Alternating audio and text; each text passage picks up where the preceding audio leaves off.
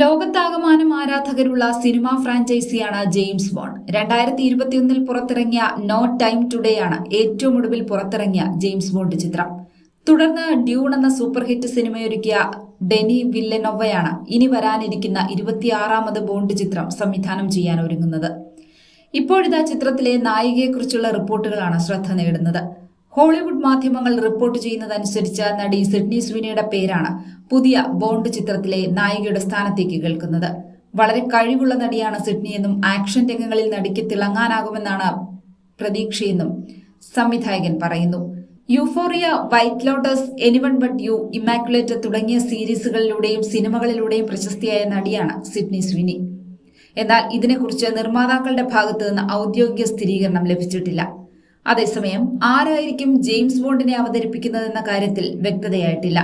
Aaron Taylor Johnson, Theo James, James Norton എന്നിവരുടെ പേരുകൾ അടുത്ത ബോണ്ടായി ഉയർന്നു കേൾക്കുന്നുണ്ട്.